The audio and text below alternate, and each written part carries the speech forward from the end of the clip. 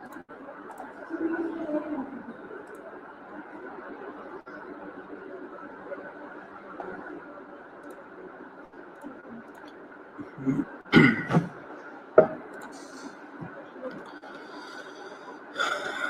वालेकुम स्टूडेंट्स।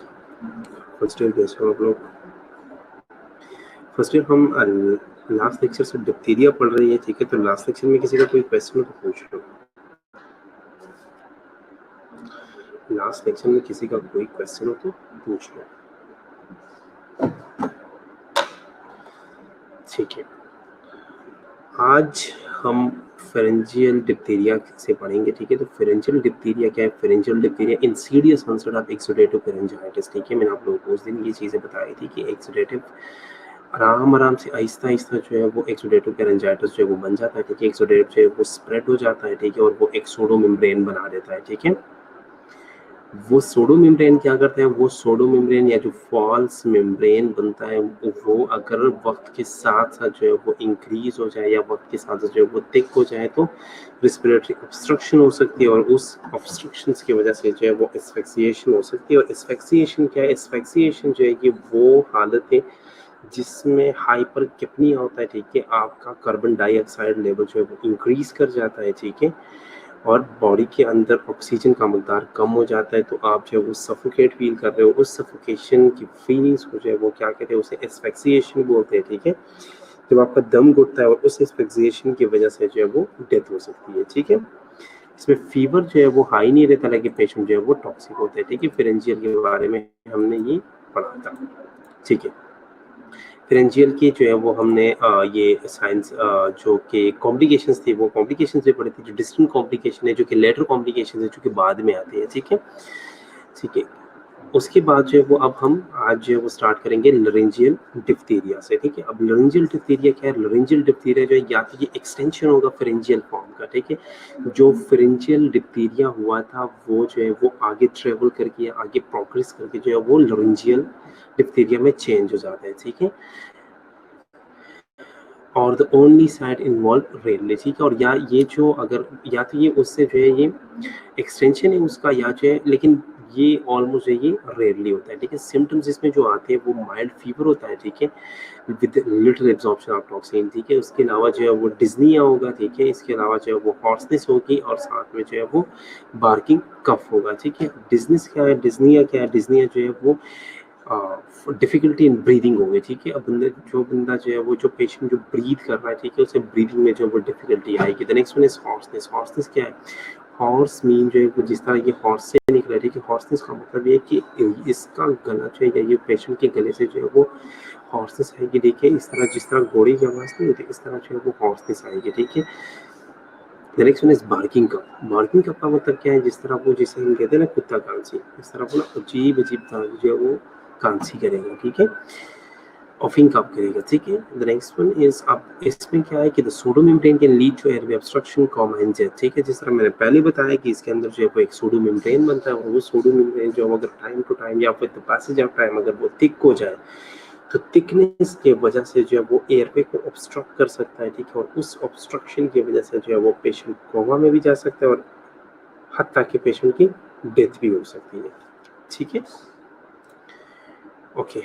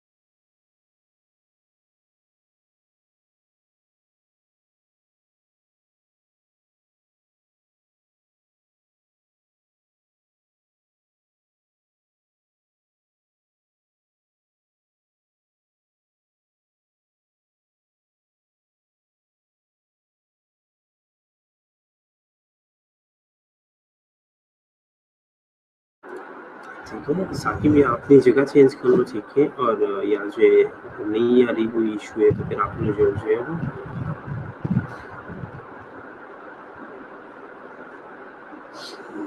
उससे ये बात नहीं है कि रोज़ यही नेट होता है, आज इशू क्यों आ रहा है। देखो अगर बाकी बच्चों को आवाज़ आ रही है और सिर्फ आपको नहीं आ रही तो इसका मतलब आपकी तरफ से कोई इशू है, ठीक है।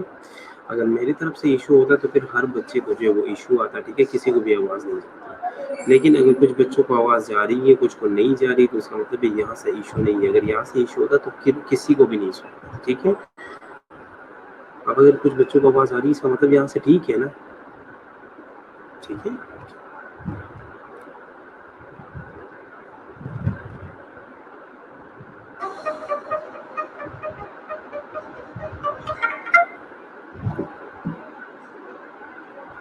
ओके, मैं दोबारा रिपीट करता हूँ, लरिंजियल डिप्थीरिया, ठीक है। लरिंजियल डिप्थीरिया जो ये एक्सटेंशन है फ्रिंजियल फॉर्म का। कभी कभार क्या होता है, कभी कभार जो ये फ्रिंजियल जो डिप्थीरिया होता है वो प्रोलॉन्ग होकर वो एक्सटेंड होकर नीचे चली जाती है, ठीक है। तो वहाँ से जो है वो लरिंग्स को जो है वो अफेक्ट कर देती है, ठीक है। और या जो है ये वैसे भी जो है ये सिर्फ और सिर्फ ये भी इन्वॉल्व हो सकता है, लेकिन अगर सिर्फ और सिर्फ ये इन्वॉल्व हो रहे हैं तो ये जो है ये रेयरली है, ठीक है। Next one is symptoms include mild fever. Symptoms में जो है वो माइल्ड फीवर रहता है, ठीक है। इसके अलावा डिजनिया होगा, ठीक है, हॉर्सनेस होगी और बार्किंग कफ होगी, ठीक है। जिस तरह जो है वो उससे हम कुत्ती खांसी कहती है, जो है वो ऑफिंग कफ जो है वो कफ होगी, ठीक है। अब इसका जो सोडियम मेम्ब्रेन इसके अंदर बनता है, ठीक है, मैंने आपको बताया था कि वहाँ पे इन्फ्लेमेशन हो जाती है, उस इन्फ्लेमेशन की वजह से इन्फ्लेमेटरी एक्सुडेट बन जाता है, ठीक है। और उस एक्सुडेट की वजह से क्या होता है, उस एक्सुडेट की वजह से जो है वो एक फॉल्स मेम्ब्रेन बन जाती है, ठीक है। उस फॉल्स मेम्ब्रेन की वजह से या अगर वो false membrane time to time जो है वो थिक हो जाए तो उस फॉल्स मेम्ब्रेन की वजह से जो है वो ब्लॉकेज हो सकती है, ठीक है। एयरवे जो है वो ब्लॉक हो सकता है, ऑब्स्ट्रक्ट हो सकता है, ठीक है। और पेशेंट को जो है वो पेशेंट की डेथ के चांसेस होते हैं, पेशेंट का कोमा में जाने के चांसेस जो है वो होते हैं, ठीक है। ओके, लरिंजियल डिप्थीरिया की ये कुछ पिक्चर जो है वो आप लोग देख लो, ठीक है। इसके अलावा जो है वो इंटीरियर नेजल डिप्थीरिया, ठीक है। जो नेजल स्पेक्ट्रम है ना,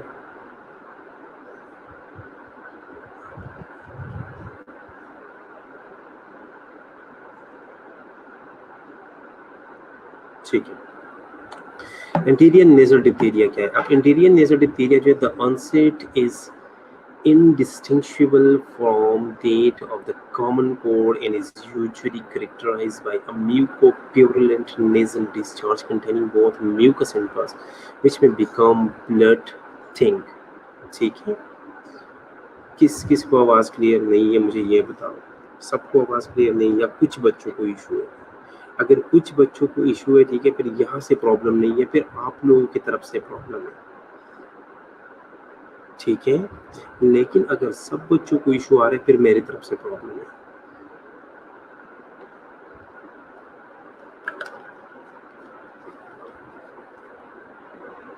ठीक है। अब आ रही है आवाज़ आप लोगों को?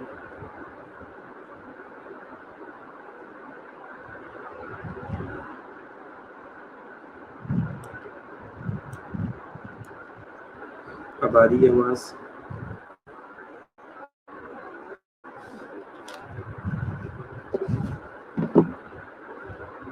अब ठीक है आवाज़? अब आवाज़ ठीक है?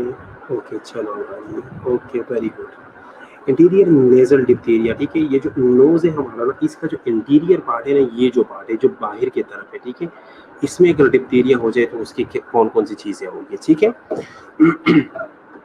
इसका जो कॉन्सेप्ट होगा ना वो इनडिस्टिंक्शेबल होगा। इनडिस्टिंक्शेबल का मतलब ये है कि वो उसको हम डिफ्रेंशिएट नहीं कर पाते ईजिली कॉमन कोल्ड से, ठीक है।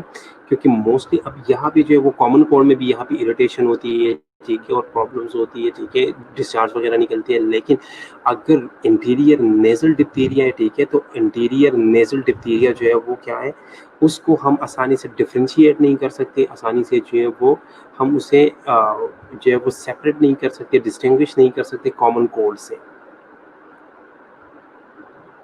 ठीक है। क्योंकि इसमें क्या होता है, इसमें जो है वो यूजुअली जो है वो म्यूकोप्यूरलेंट नेजल डिस्चार्ज आता है, ठीक है, म्यूकोप्यूरलेंट नेजल डिस्चार्ज, जिस डिस्चार्ज के अंदर क्या क्या होगा, डिस्चार्ज के अंदर जो है वो म्यूकस और पस दोनों शामिल होते हैं, ठीक है, म्यूकस और पस दोनों शामिल होते हैं, ठीक है, और कभी कभार जो है उसमें थोड़ा सा ब्लड भी आता है, ठीक है। अगर एंटीरियर नेजल डिप्थीरिया हो जाए, फिर अब ठीक आवाज आ रही है आपको?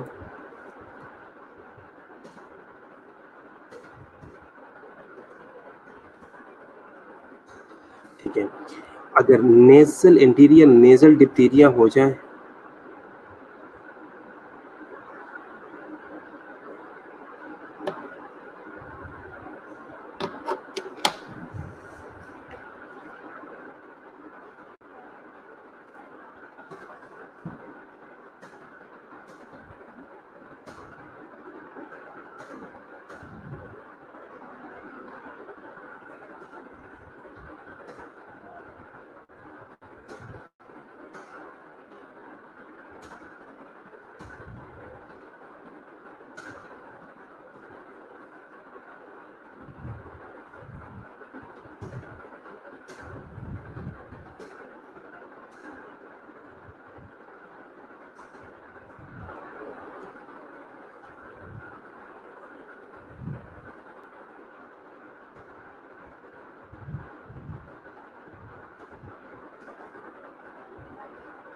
ठीक है,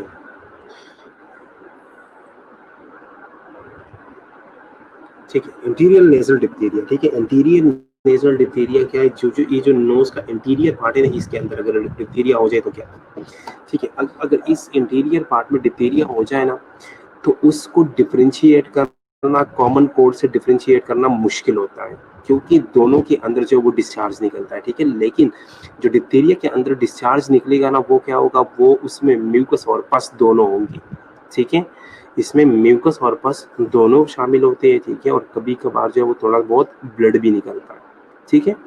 A white pseudomembrane usually form on the nasal septum। अब ये जो नेजल सेप्टम है ना, बीच में जो सेप्टम है, ये जो बीच में सेप्टम होता है, इस नेजल सेप्टम के अंदर जो एक व्हाइट कलर का सूडो मेम्ब्रेन बन जाएगा, ठीक है, इसके अंदर एक व्हाइट कलर का सूडो मेम्ब्रेन बन जाएगा। ओके, अब क्लियर है? ठीक है। अब इसके अलावा cutaneous and other side diphtheria, अगर स्किन के ऊपर हो जाए या किसी और साइड के ऊपर डिप्थीरिया हो जाए तो उसके क्या क्या साइन सिम्टम होंगे? Skin infection are quite common in the tropics in are probably responsible for the high level of natural immunity found in these population। जितने भी ट्रॉपिकल एरियाज है ना, ट्रॉपिकल एरियाज की पॉपुलेशन के अंदर जो है ना, इन लोगों के अंदर नेचुरल इम्यूनिटी जो है ये बहुत हाई होती है। ट्रॉपिकल एरियाज के लोगों के अंदर नेचुरल इम्यूनिटी हाई होती है, ठीक है। तो स्किन इन्फेक्शन जो है इन लोगों में वैसे क्वाइट कॉमन है, ठीक है, ट्रॉपिकल एरियाज में जो है ये इन्फेक्शन ज़्यादा कॉमन है। जब ट्रॉपिकल एरिया में ये इन्फेक्शन ज़्यादा कॉमन है, इस कॉमन इन्फेक्शंस की वजह से वहाँ के लोगों के अंदर जो इसके खिलाफ इम्यूनिटी भी ज़्यादा होती है, ठीक है। हीरा मैं दोबारा से एक्सप्लेन करता हूँ, ठीक है, आप दोबारा सुन लो, ठीक है। अच्छा, हीरा हमने फेरेंजियल तक पढ़ा था, फेरेंजियल डिप्थीरिया तक पढ़ा था, ठीक है। आज जो है वो हम लेरेंजियल से पढ़ रहे हैं, ठीक है। लेरेंजियल डिप्थीरिया जो है ये कभी कभार फेरेंजियल का एक्सटेंशन होता है, पेरिंग्स ऊपर है, लेरिंग्स उसके नीचे। कभी कभार पेरिंग्स का जो इन्फेक्शन है वो नीचे चला जाता है, ठीक है, और उसके वजह से ये डिप्थीरिया होता है। लेकिन मोस्टली रेयर केसेस ऐसे होते हैं, बहुत कम केसेस ऐसे होते हैं जिसमें सिर्फ और सिर्फ जो है वो लेरिंग्स जो है वो इन्वॉल्व होता है, ठीक है।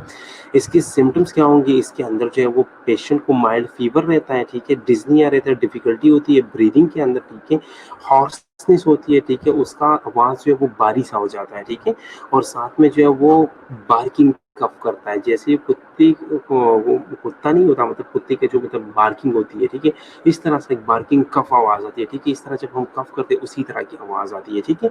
और इसके अलावा जो है वो सोडो मेम्ब्रेन, इसके अंदर जो सोडो मेम्ब्रेन बनता है, जो फॉल्स मेम्ब्रेन बनता है, अगर वो टाइम टू टाइम जो वो थिक हो जाए तो उससे जो है वो ऑब्स्ट्रक्शन के चांसेस होते हैं, और उस ऑब्स्ट्रक्शन की वजह से जो है वो कोमा, पेशेंट जो है वो कोमा में या डेथ में जो है वो पेशेंट की डेथ हो सकती है, या पेशेंट जो है वो कोमा में जा सकता है, ठीक है। उसके बाद मैंने एंटीरियर नेजल डिप्थीरिया के बारे में बताया आप लोगों को। एंटीरियर नेजल डिप्थीरिया क्या है? ये जो एंटीरियर सेप्टम है इसके अंदर जो है वो डिप्थीरिया हो जाता है, ठीक है। इसको कॉमन कोड से डिफरेंशिएट करना काफ़ी मुश्किल होता है, ठीक है, लेकिन इसके अंदर हम इसे डिफरेंशिएट कैसे करते हैं, क्योंकि इसके अंदर सेप्टम के ऊपर जो है वो एक वाइट मेम्ब्रेन बनता है, ठीक है, और उसके अलावा जो है इसके अंदर जो डिस्चार्ज निकलता है उसमें म्यूकस, पस और कभी कभार ब्लड भी होता है। उसके बाद मैंने क्यूटेनियस के बारे में बताया। क्यूटेनियस जो या अदर साइड डिप्थीरिया जो क्यूटेनियस डिप्थीरिया जो है, ये क्यूटेनियस जितनी भी प्रॉब्लम्स होती है ना, ये ट्रॉपिकल डिजीज पॉपुलेशन के अंदर बहुत ज़्यादा होती है, इसलिए इन लोगों की ट्रॉपिकल डिजीज, इसलिए इन लोगों की जो स्किन इन्फेक्शन के खिलाफ इनकी इम्यूनिटी जो है वो बहुत स्ट्रांग होती है, ठीक है। स्किन इन्फेक्शन को हम किस तरह मैनिफेस्ट करते हैं, स्किन इन्फेक्शन को हम इस तरह मैनिफेस्ट करते हैं कि लोगों के अंदर स्केलिंग्स हो जाती है, ठीक है, ये जो ड्राइनेस वगैरह हो जाती है, रैशेस वगैरह बन जाती है, ठीक है, अल्सर्स वगैरह बन जाती है, ठीक है। तो अल्सर्स अगर बन गए, ठीक है, तो अल्सर्स इसके अंदर कौन से बनते हैं, जिसकी क्लियरली डिमार्केशन हो, ठीक है, जिसकी बाउंड्री जो है वो क्लियर होती है, जिसकी एजेस जो है वो क्लियर होती है, जिसका हमें पता होता है कि यहाँ तक जो है ये अल्सर है, यहाँ से आगे जो है वो नहीं है, ठीक है। या अगर इसके अंदर सूडो मेम्ब्रेन भी बनता है ना, तो वो सूडो मेम्ब्रेन किस तरह होता है, वो सूडो मेम्ब्रेन जो है वो हमें पता चलता है कि यहाँ तक जो है ये सूडो मेम्ब्रेन है, यहाँ से आगे जो है ये सूडो मेम्ब्रेन जो है ये खत्म हो जाता है, ठीक है। कि आप लोग एक पिक्चर देखो, ठीक है, क्यूटेनियस या स्किन डिप्थीरिया का, ठीक है। ये जो स्किन डिप्थीरिया है ना, इसकी मैं आप लोगों से वीडियोस भी शेयर कर लूंगा, ठीक है। अब इधर देखो, इसके अंदर ये जो स्केलिंग हो रही है ना, इसकी बाउंड्री बिल्कुल क्लियर है, इसकी बाउंड्री बिल्कुल क्लियर है, ठीक है, कि यहाँ तक जो है ये होगी, इससे आगे जो है ये नहीं जाएगी, ठीक है। इसके अलावा इसके अंदर ये जो ये बना हुआ है, ये देखो, ये जो किंग्रीन बना हुआ है, ठीक है, जो यहाँ पे इन्होंने बताया ना, ये जो किंग्रीन या ये जो अल्सर बना हुआ है, ठीक है, इस अल्सर की क्लियरली डिमार्केशन हुई है, ठीक है। ये देखो, यहाँ तक जो है ये वाइटिश पार्ट नजर आ रहा है इसका, ठीक है, और यहाँ तक जो है ये पेशेंट जो है इसका ये एरिया जो है ये, ठीक है। क्यूटेनियस में रिपीट करता हूँ, क्यूटेनियस मीन स्किन का, ठीक है, क्यूटेनियस मीन स्किन का। स्किन की इन्फेक्शन जो है ये ट्रॉपिकल डिजीजेस या ट्रॉपिकल पॉपुलेशन के अंदर ये बहुत कॉमन होते हैं, इस वजह से इन लोगों के अंदर नेचुरल इम्यूनिटी ज़्यादा होती है, ठीक है। लेकिन स्किन इन्फेक्शन को हम किस तरह जो है वो मैनिफेस्ट करते हैं, या स्किन इन्फेक्शन को हम किस तरह पहचानते हैं, इसके अंदर अगर स्केलिंग भी हो रही है, या जो रेश बनता है, या जो अल्सर बनता है वो क्लियर होता है, उसकी बाउंड्रीज जो है वो क्लियर होती है, ठीक है। इसके अंदर जो सूडो मेम्ब्रेन बनता है ना, वो बिल्कुल क्लियर बनता है। ये देखो, इसके अंदर ये सूडो मेम्ब्रेन जो है ये बिल्कुल क्लियर है, इसकी जो डिमार्केशन हो रही है ना, ये बिल्कुल क्लियर है। इसके अंदर ये जो अल्सर बना हुआ है ना, ये बिल्कुल क्लियर बना है।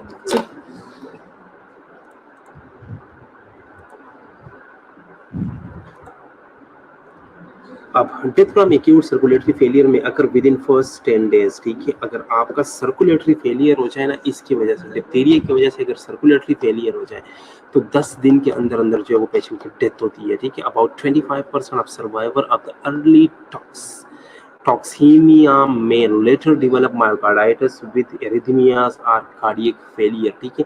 25% सर्वाइवर्स ऐसे, 25% पेशेंट्स ऐसे हैं जो कि ठीक होने के बाद भी उनके अंदर जो है वो, जो अर्ली स्टेजेस में ठीक हो जाते हैं, उनके अंदर जो है वो लेटर लाइफ में 25% लोग ऐसे जिनके अंदर लेटर लाइफ में मायोकार्डाइटिस या एरिथमियास या कार्डियक फेलियर जो है वो डेवलप होता है, ठीक है।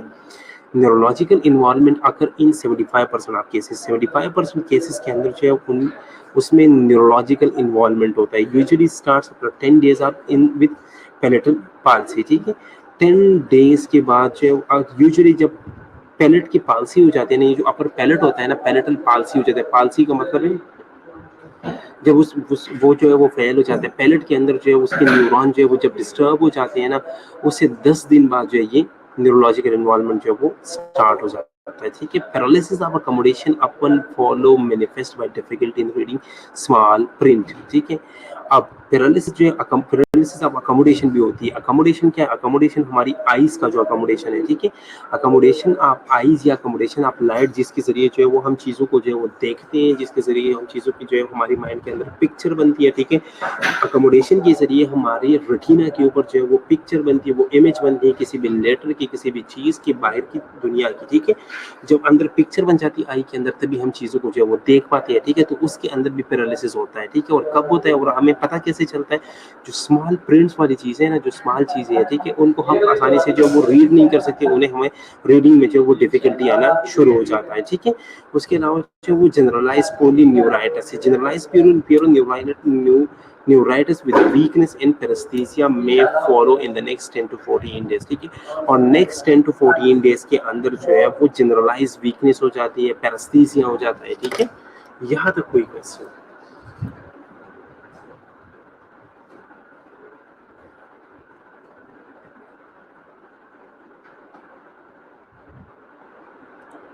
पैरेस्थीसिया, पैरेस्थीसिया क्या है? पैरेस्थीसिया क्या है? पैरेस्थीसिया जो है जब आपकी बॉडी के अंदर एबनॉर्मल सेंसेशंस आती है, आपको लग रहा है कि यहाँ पे जो है वो चुभन हो रही है, आपको लग रहा है कि यहाँ पे जो है वो इस तरह हो रहा है कि वो जैसे सुन्न हो गया हो, ठीक है, इसे क्या कहते हैं? इसे पैरेस्थीसिया कहते हैं, ठीक है। ठीक है, मैं दोबारा रिपीट करता हूँ। डिप्थीरिया की वजह से कौन कौन सी कॉम्प्लिकेशंस आती हैं, ठीक है। 10 डेज के बाद जो है वो सर्कुलेटरी फेलियर अगर हो गया तो 10 डेज के बाद, सर्कुलेटरी फेलियर के 10 दिन बाद जो है वो पेशेंट की डेथ हो सकती है, ठीक है। 25% लोग ऐसे होते हैं जो कि अर्ली स्टेज में वो ठीक हो जाते हैं, ठीक है, लेकिन उनकी लेटर लाइफ में जो है वो मायोकार्डाइटिस, एरिथमिया और कार्डियक फेलियर जो है उनके अंदर डिवेलप होते हैं, ठीक है। 75% केसेस ऐसे होते हैं जिनके अंदर न्यूरोलॉजिकल इन्वॉल्वमेंट शुरू हो जाती है। अब न्यूरोलॉजिकल इन्वॉल्वमेंट जो कब शुरू होती है? जब पैलेटल पाल्सी हो जाती है ना, तो पैलेटल पाल्सी से 10 दिन बाद जो है वो कंप्लीट न्यूरोलॉजिकल इन्वॉल्वमेंट जो है वो स्टार्ट हो जाती है, ठीक है।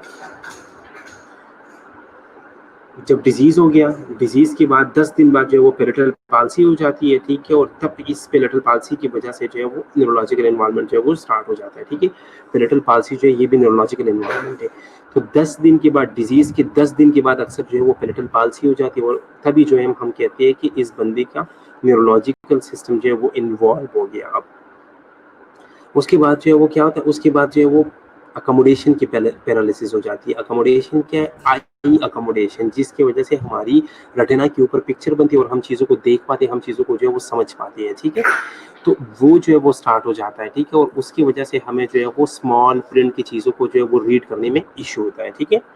उसके बाद जो है जनरलाइज पोलीन्यूराइटिस, 10 से 14 दिन के अंदर जो है वो जनरलाइज वीकनेस हो जाती है, ठीक है, और आपको बॉडी के मुख्तलिफ हिस्सों के ऊपर जो है वो मुख्तलिफ सेंसेशन फील होगी, ठीक है, वीकनेस होगा, टिंकलिंग होगी, ठीक है, इस तरह अजीब अजीब सेंसेशन आपको लगेगा कि ये जगह जो है वो सुन्न हो गई है, ठीक है, इस जगह के अंदर जो है वो कोई चुभन हो रही है, ठीक है, और असल में वो होगा नहीं, ठीक है। तो इस तरह की चीज़ें जो है वो 10 से 14 दिन के बाद जो है वो स्टार्ट हो जाती है, ठीक है। आप कोई क्वेश्चन?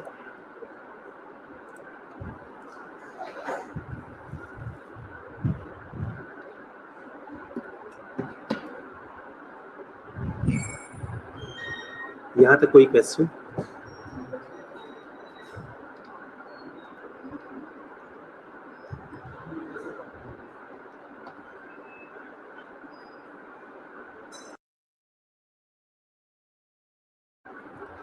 ओके, लेबॉर्टरी फाइंडिंग्स की तरफ आती है। अब आपके पास पेशेंट आ गया, उसके अंदर साइन सिम्टम्स भी है, वो चीज़ें आपने देख ली है, ठीक है। अब आप उसके लेबॉर्टरी टेस्ट करवा रही हो, ठीक है, लेबॉर्टरी टेस्ट करवाते हो आप, ठीक है, कि उस ये चीज़ जो है ये कंफर्म हो जाए कि इस बंदे को ये बीमारी है भी या नहीं, ठीक है। तो 2-3 तरह से हम जो है वो कर लेते हैं, ठीक है। ठीक है, तो सिर्फ मैं दोबारा आपके लिए रिपीट कर रहा हूँ, इंटीरियर नेजल वाला, ठीक है। इंटीरियर नेजल में क्या है?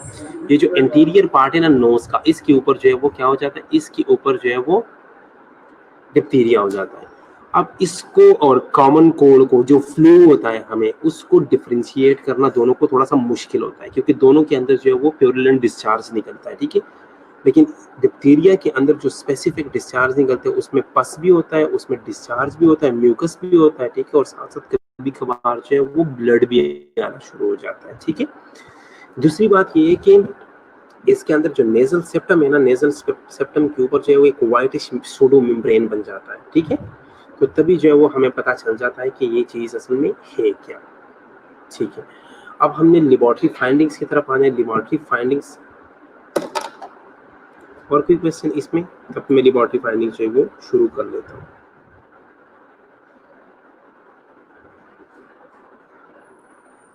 अल्सीमेन पैरालिसिस,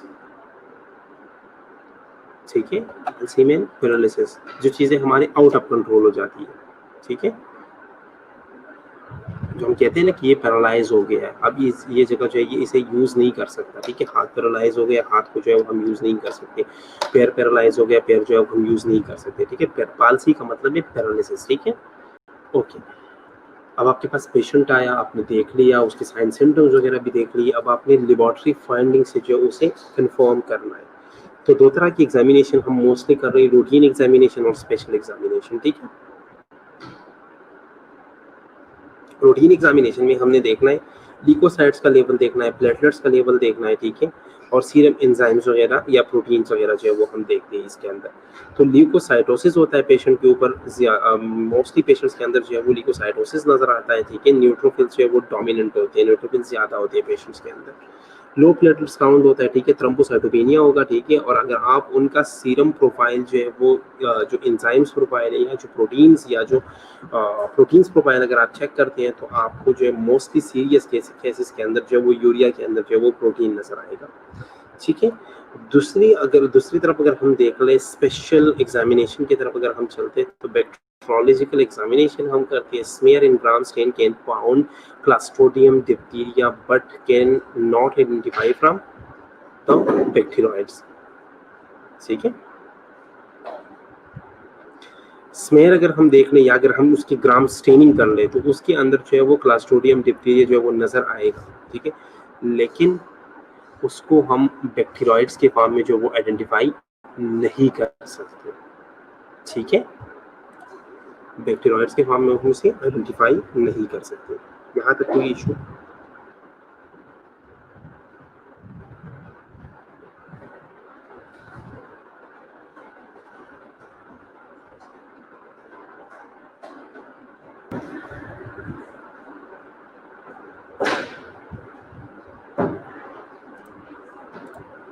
अकेले के लिए सर समझ नहीं है, दोबारा सुन लो। अब हमने बैक्टीरियल एग्जामिनेशन करना है, ठीक है। अगर हम कंप्लीट स्टेन ले लें, ठीक है, या कंप्लीट एक स्मेयर ले लें, ठीक है, तो उसमें हमें जो है वो क्लास्ट्रोडियम डिप्थीरिया जो है वो मिलेगा, ठीक है। इंडिविजुअली हम उन चीज़ों को आइडेंटिफाई नहीं कर सकते, ठीक है। डिप्थीराइड्स का मतलब क्या है? डिप्थीराइड्स का मतलब इंडिविजुअल एक ऑर्गेनिज्म को इंडिविजुअली हम उन्हें जो है वो आइडेंटिफाई नहीं कर सकते, ठीक है। कंप्लीट एक कॉलोनी के फॉर्म में जो हम उसे आइडेंटिफाई कर सकते हैं, ठीक है। उसके बाद जो है वो क्या करते हैं, fluorescent antibody stain can found toxigenic clostridium diphtheria favourable for early diagnosis but definitive diagnosis false positive. दूसरे देखो, मैं दोबारा रिपीट कर रहा हूँ, ठीक है। बैक्टीरियोलॉजिकल एग्जामिनेशन अब आपने करनी है। अच्छा, जिसका इसमें जो क्वेश्चन है वो पूछ लो, मैं जिसका जो क्वेश्चन है वो पूछ लो, मैं उस हिसाब से दोबारा जो है एक्सप्लेन करता हूँ।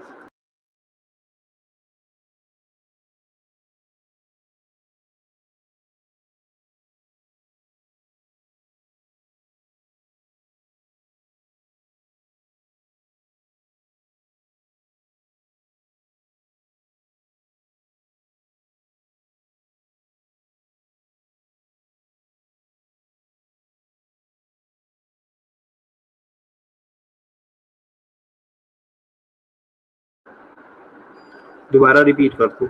ठीक है, चलो मैं दोबारा रिपीट करता हूँ, फिर जिसका जो क्वेश्चन है वो आप लोग पूछ लो, ठीक है। रूटीन एग्जामिनेशन आपने देखनी है, ठीक है। सीबीसी ब्लड काउंट वगैरह आप देख रहे हो तो उसमें आपको ल्यूकोसाइटोसिस मिलेगा, ठीक है, और न्यूट्रोफिल्स बहुत ज्यादा होंगे।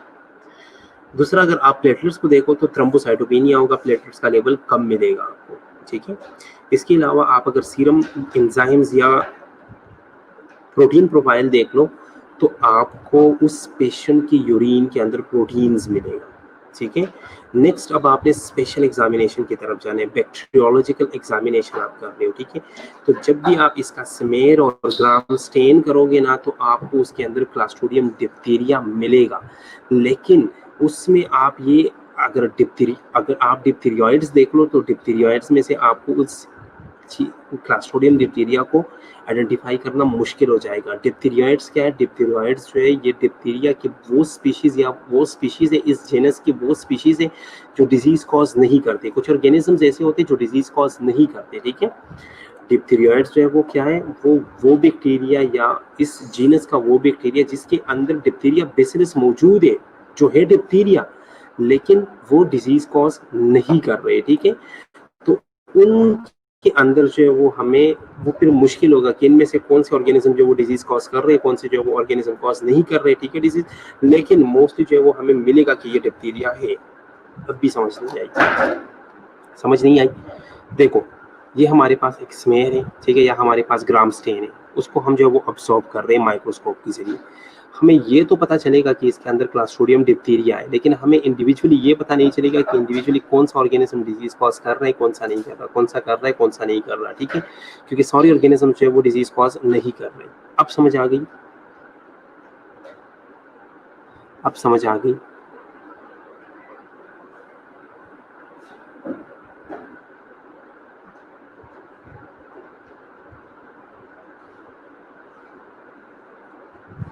ओके, जब हम इसका सेमेर, इसका गाम स्टेन जो है वो ऑब्जर्व करेंगे, उसमें हमें ये पता चलेगा कि क्लास्ट्रोडियम डिप्थीरिया इसके अंदर मौजूद है, लेकिन इंडिविजुअली हमें ये पता नहीं चलेगा कि कौन सा ऑर्गेनिज्म डिजीज कॉज कर रहा है, कौन सा नहीं कर रहा, ठीक है।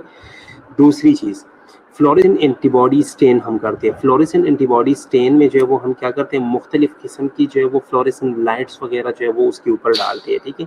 वो टॉक्सिनोजेनिक होता है, वो आपके लिए जो है वो नुकसानदेह हो सकता है, ठीक है। लेकिन इस ये जो फ्लोरेसेंट एंटीबॉडी स्टेन है, ये हम डिप्थीरिया के लिए अर्ली स्टेज में हम कर सकते हैं, ठीक है, लेकिन डेफिनेट डायग्नोस नहीं है, ठीक है। उससे हमें जो है वो फॉल्स पॉजिटिव रिजल्ट्स मिल सकते हैं, उससे गलत रिजल्ट जो है वो मिल सकते हैं, ठीक है। इसके अलावा clostridium diphtheria can be culture from the swab, from the nose, pharynx and other side. अच्छा तरीका क्या है? अच्छा तरीका ये है कि जहाँ पे जो ये डिजीज है वहाँ से आप स्वेब ले लो, वहाँ से थोड़ा सा हिस्सा ले लो, स्वेब ले लो, ठीक है, और उसको जो है वो आप कल्चर करके उसे जो है वो आप एग्जामिन कर लो, तो आपको पता चल जाएगा कि ऑर्गेनिज्म मौजूद है या ऑर्गेनिज्म मौजूद नहीं है। अब आपने डायग्नोज भी कर लिया, अब आपने ट्रीट करना है। So treatment should begin once appropriate swab have been taken before waiting for microbiological confirmation.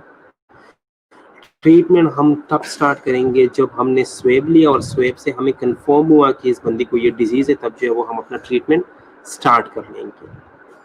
Patient को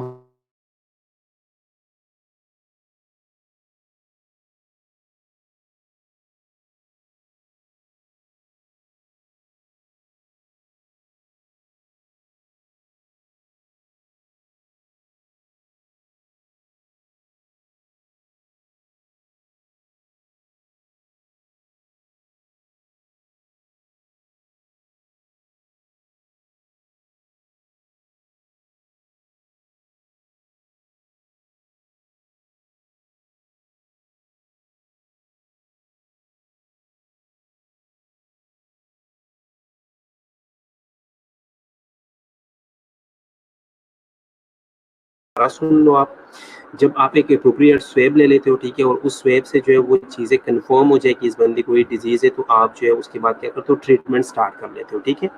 ट्रीटमेंट आप कैसे स्टार्ट कर लेते हो? पेशेंट को स्ट्रिक्टली आइसोलेट कर देते हो, ठीक है, पेशेंट को स्ट्रिक्टली आप आइसोलेट कर लेते हो, ठीक है, और इसके अलावा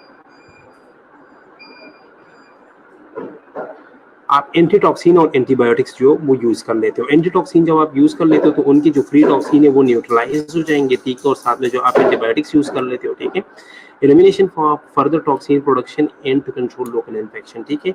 जब हम एंटीटॉक्सिन यूज करते हैं और एंटीबायोटिक्स दोनों साथ यूज कर लेते हैं तो उनकी जितनी भी टॉक्सिन है जो है वो सारी न्यूट्रलाइज हो जाते हैं, ठीक है, और बैक्टीरिया जो है वो फर्दर और टॉक्सिन जो है वो नहीं बना सकती, ठीक है।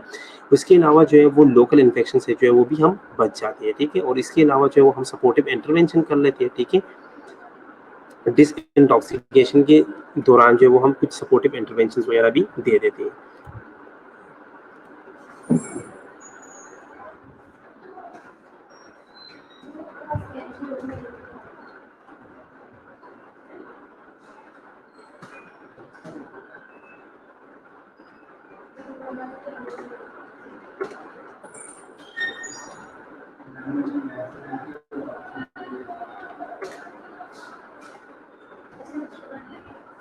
कौन कैसे आप, ठीक है,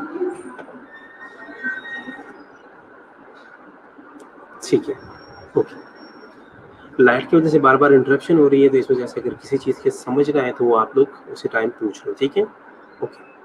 सो एंटीटॉक्सिन और एंटीबायोटिक्स हम दोनों दे रहे थे, तो एंटीटॉक्सिन की वजह से हमारी जितनी भी टॉक्सिन्स हमारी बॉडी के अंदर फ्रीली घूमते हैं वो सारे जो है वो न्यूट्रलाइज हो जाते हैं, ठीक है, और फर्दर टॉक्सिन प्रोडक्शन जो है वो प्रिवेंट हो जाता है, ठीक है, और साथ में लोकल इन्फेक्शन जो है वो कंट्रोल हो जाता है, ठीक है। इसके अलावा हम कुछ सपोर्टिव इंटरवेंशन भी कर लेते हैं, ठीक है। ये जो हम डिसइंटॉक्सिकेशन कर रहे हैं ना, हम उनके टॉक्सिन्स को जब ये जो हम उनके टॉक्सिन्स को डिसइंटॉक्सिफाई कर रहे हैं या हम उनके टॉक्सिन्स को प्रिवेंट कर रहे हैं, इसके दौरान जो है वो हम कुछ सपोर्टिव इंटरवेंशंस जो है वो दे देते हैं, ठीक है। ओके, डिप्थीरिया एंटीटॉक्सिन के अंदर अब क्या है, डिप्थीरिया एंटीटॉक्सिन जो है ये हार्सिस में प्रोड्यूस होती है, ठीक है। It will not neutralize toxin that is already fixed to tissue, but it will neutralize circulating toxin.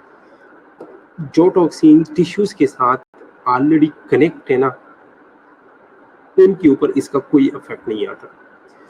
जो टॉक्सिन्स हमारी बॉडी में फ्रीली इधर उधर घूम रहे हैं ना, उन टॉक्सिन्स को ये क्या करते हैं, न्यूट्रलाइज कर लेते हैं, ठीक है। Early use will prevent progression of disease. अगर हम इसको अर्ली स्टेज के अंदर जो है वो यूज करें तो ये डिजीज जो है इसको हम प्रिवेंट कर सकते हैं, ठीक है। द अर्लियर द बेटर, जितनी जल्दी हो सके उतना बेहतर होगा, ठीक है। डिप्थीरिया एंटीटॉक्सिन के बारे में थोड़ा सा और देख लेते हैं। In a severely ill patient the risk of anaphylactic shock is overweighs by the mortal danger of diphtheriatic toxemia, and up to 1 lakh units of antitoxin are injected intravenously if the test dose has not given rise to the symptom. For example, for disease the moderate severity 16,000 to 40,000 units IM will suffice, and for mild cases 4,000 to 8,000 units are sufficient, ठीक है।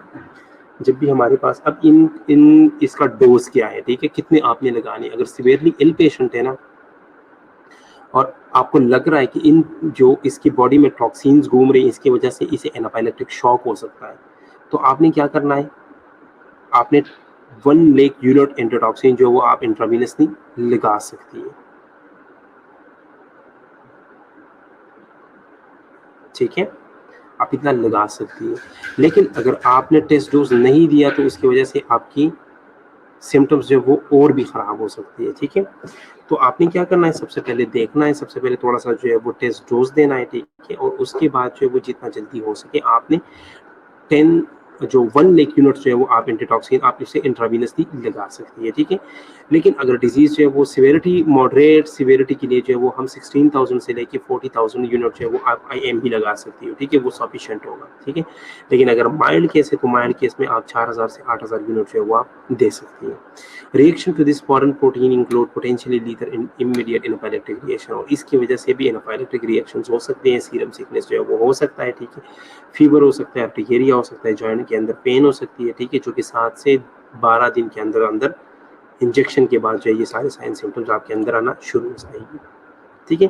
Antibiotics में हम क्या देते हैं, antibiotics में जो है वो हम प्रिवेंट करते हैं। एंटीबायोटिक्स में क्यों देते हैं, ताकि फर्दर जो है वो टॉक्सिन प्रोडक्शन जो है वो प्रिवेंट हो जाए, ठीक है, लोकल इन्फेक्शन जो है वो कंट्रोल हो जाए, ठीक है, और ट्रांसमिशन जो है वो रुक जाए, ठीक है।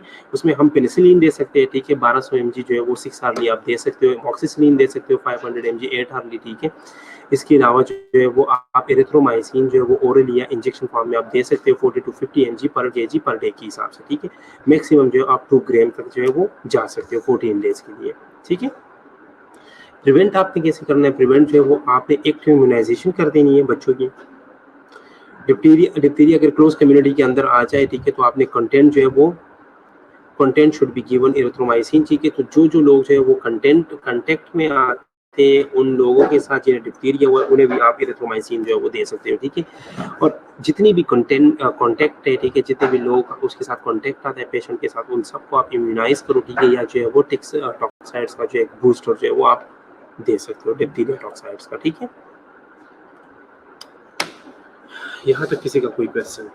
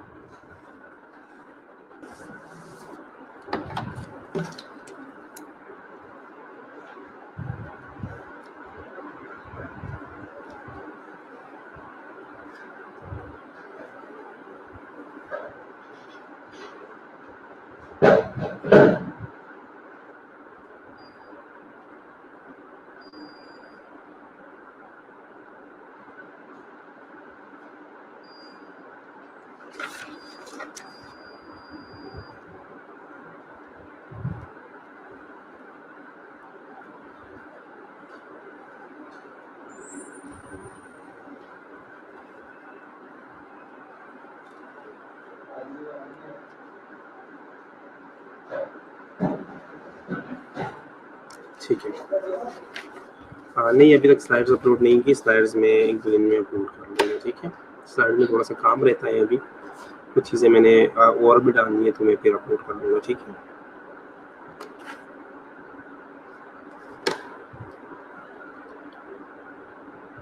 इंटीरियर नेज़ल डिप्थीरिया और कॉमन कोल्ड के डिस्चार्ज में क्या फ़र्क है? ठीक है, इंटीरियर नेज़ल डिप्थीरिया और कॉमन कोल्ड में ये फ़र्क है, कॉमन कोल्ड में तो सिंपल प्यूरुलेंट डिस्चार्ज होता है ना, म्यूकस होता है उसमें और कभी-कभार जो है वो पस होता है, ठीक है। लेकिन इसके अंदर जो है, इसके अंदर एक तो उधर एक आपको मेम्ब्रेन नज़र आएगा व्हाइटिश कलर का, और दूसरा ये कि इसके अंदर जो है वो पस बहुत ज़्यादा होगा, ठीक है, और पस के साथ-साथ कभी-कभार जो है वो ब्लड भी आएगा, ठीक है। कभी-कभार इसमें ब्लड भी आएगा, ब्लड के टिंकल्स होंगे, ठीक है, ब्लड के थोड़े-थोड़े से वो रेशे से आएँगे, ठीक है, इसके अंदर।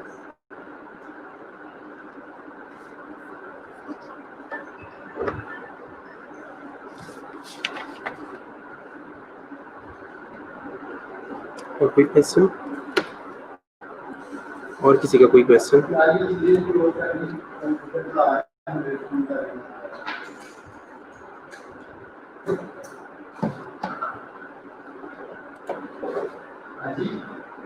निम्रा समझ आ गई आपको? ओके, ठीक है।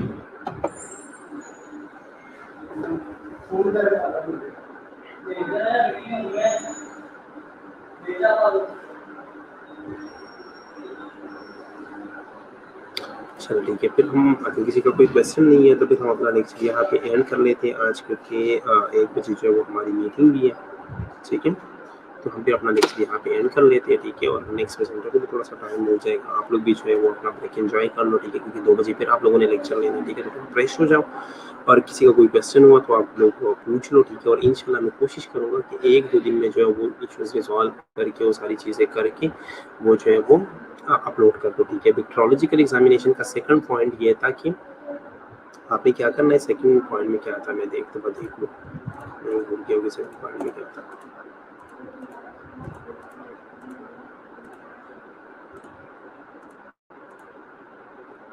सेकंड पॉइंट में ये था कि फ्लोरेसेंट एंटीबॉडी स्टेन हम कर लेते हैं, ठीक है। हम जो है वो एक बॉडी के अंदर जो है वो हम बॉडी के ऊपर जो है हम एक स्टेन कर लेते हैं, या हम एक क्या कर लेते हैं, फ्लोरेसेंट एंटीबॉडी स्टेन में ये होता है कि हम पेशेंट की एंटीबॉडीज ले लेते हैं, ठीक है, और उसको हम स्टेन कर लेते हैं फ्लोरेसेंट तरीके से। लेकिन ये जो फ्लोरेसेंट लाइट्स होती है ना, फ्लोरेसेंट लाइट्स जो है वो कभी-कभार जो है वो पेशेंट के लिए टॉक्सिक होती हैं, ठीक है, वो टॉक्सिनोजेनिक होती हैं, ठीक है। तो इस वजह से जो है वो और उसका जो है वो डेफिनेट डायग्नोसिस है, लेकिन कभी-कभार जो है वो फॉल्स पॉजिटिव हमें दे देता है, ठीक है। कभी-कभार जो है वो हमें फॉल्स पॉजिटिव देता है, डिज़ीज़ होती नहीं है, और उसके जो है वो हमें शो कर लेता है कि डिज़ीज़ है, ठीक है। उसके अंदर जो है वो अपनी लाइट्स भी होती है ना, एक फ्लोरेसेंट ऐसे हम दे देते हैं, ठीक है, एक फ्लोरेसेंट सार्बेंट ऐसे दे देते हैं, उसके अंदर जो है वो, लेकिन वो टॉक्सिनोजेनिक होता है हमारे लिए कभी-कभार, ठीक है। उसमें हम देखते हैं लाइट के थ्रू, जब हम चीज़ों को देखते हैं, चीज़ों को एग्ज़ामिन करते हैं, ठीक है, तो उसे हम कहते हैं फ्लोरेसेंट स्टेन, ठीक है। बाकी मैं फ्लोरेसेंट एंटीबॉडी स्कैन जो है वो एक अलग आप लोगों को एक अलग लेक्चर में पढ़ा दूँगा कंप्लीटली डिटेल्स के साथ।